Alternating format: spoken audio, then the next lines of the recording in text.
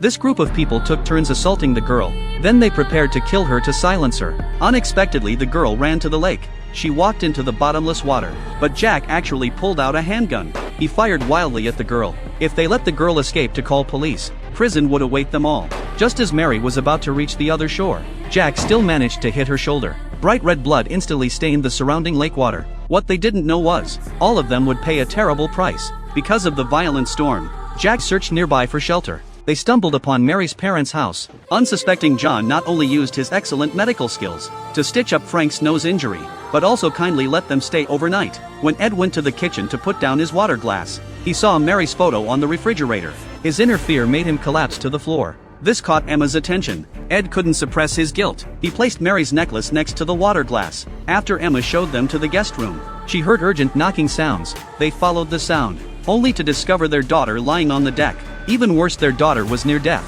Without medical equipment, Dr. John could only sterilize a knife. He removed the bullet from his daughter without anesthesia. However, John also discovered his daughter had been assaulted. This made John extremely angry. Then Emma found her daughter's necklace in the kitchen.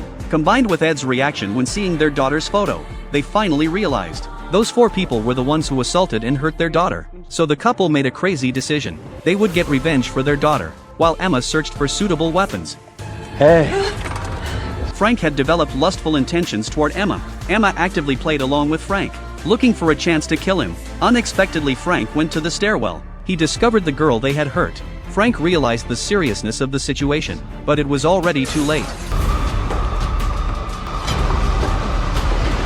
Unexpectedly, Frank didn't die. He pulled out the knife stuck in his chest. Just as he was about to hurt Emma, John arrived just in time. John picked up the hammer, aimed at Frank's head and struck. However, there was more than one person who hurt their daughter. John and his wife walked toward the killers with sharp knives. John walked to the bedroom door. He saw Ed holding a handgun. What nobody expected was, Ed voluntarily handed the gun to John. The sound of John loading the gun woke up Angie.